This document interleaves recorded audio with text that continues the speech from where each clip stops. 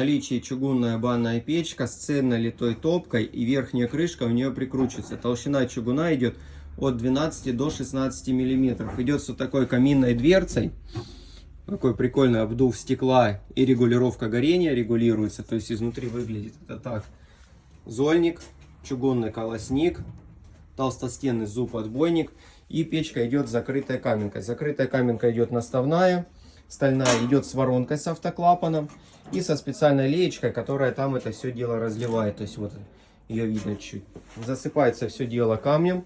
Камень не лежит на полу. То есть он лежит на сетке. То есть удобно печь промывать. И вот она топка. Видите, она цельно литая.